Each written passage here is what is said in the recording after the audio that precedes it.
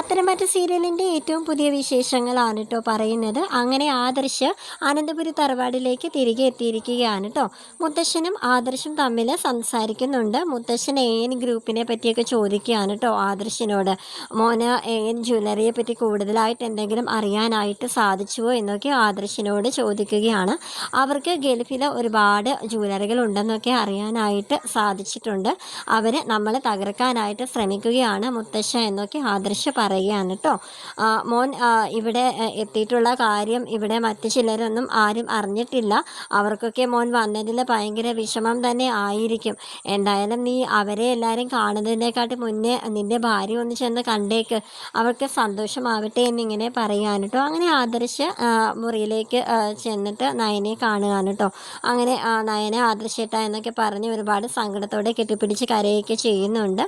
അങ്ങനെ നയന പറയുന്നുണ്ട്, അബിയുടെ കാര്യം ജലജാൻ്റിയോട് തുറന്ന് പറയേണ്ടി വന്നു.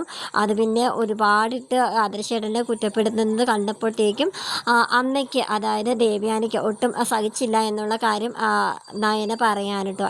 അത് എന്തായാലും നന്നായി. അബിയുടെ കാര്യം അവൻ്റെ അമ്മയെങ്കിലും അറിഞ്ഞിരിക്കണം, അത് നല്ല കാര്യം തന്നെയാണ്. ഇനി എന്തായാലും അവരെ എൻ്റെ നേരെ ഓരോന്നൊക്കെ പറഞ്ഞു വരില്ലല്ലോ എന്നിങ്ങനെ പറയാണ്. പിന്നെ നയന പറയുന്നുണ്ട്, ജലജാൻ്റെ കെട്ടിൻ്റെ പണി അമ്മ കൊടുത്തോണ്ടിരിക്കുന്നുള്ള കാര്യം പറയാൻ കേട്ടോ. പിന്നീട് കാണിക്കുന്നത് അനിയെ കാണിക്കുന്നുണ്ട് കേട്ടോ. അവിടെ നവീൻ നമ്മുടെ നന്ദുവിനോടുള്ള സ്നേഹം അനിയോട് തുറന്നു പറഞ്ഞിരുന്നു. അത് നന്ദുവിനോട് പറയണമെന്നും നവീൻ പറഞ്ഞിരുന്നു കേട്ടോ. പക്ഷെ അനിയാണെങ്കിൽ അത് നന്ദുവിനോട് പറഞ്ഞിട്ടില്ല. നവീൻ്റെ വിചാരം അത് അനി നന്ദുവിനോട് തുറന്നു പറഞ്ഞു എന്നാണ്. അങ്ങനെ നവീനാണെങ്കിൽ നന്ദുവിനെ കാണാനായിട്ട് വീട്ടിലേക്ക് പോകുന്നുണ്ട് കേട്ടോ. അങ്ങനെ അനിയും ആ സമയത്ത് തന്നെ നന്ദുവിനെ കാണാനായിട്ട് പുറപ്പെടുന്നുണ്ട്. പക്ഷേ നവീൻ്റെ ബൈക്ക് ഇരിക്കുന്നത് കാണുമ്പോൾ നമ്മുടെ അനിയാണെങ്കിൽ ഇങ്ങനെ മനസ്സിലിങ്ങനെ പറയുകയാണ്, ഇവൻ എൻ്റെ സമാധാനം മൊത്തം കളയുവാണല്ലോ. ഇനി നന്ദുവിനോട് ഇവൻ അതിരുവിട്ട് എന്തെങ്കിലും പറയുമോ? ഞാൻ ഇനി അവളോടൊന്നും ഇതിനെപ്പറ്റി ഒന്നും പറഞ്ഞില്ലല്ലോ. ഇനി ഞാൻ അത് പറയാത്തതിനെ തുടർന്ന് നന്ദുവിനെ എന്നോട് ചോദ്യം ചെയ്യുക, അങ്ങനെയുള്ള ടെൻഷനൊക്കെയാണ് കേട്ടോ അനി. അങ്ങനെ അനി പറയാണ്, എൻ്റെ സമാധാനം ഇവൻ കളയുകയാണല്ലോ എന്നിങ്ങനെ പറയാണ് കേട്ടോ.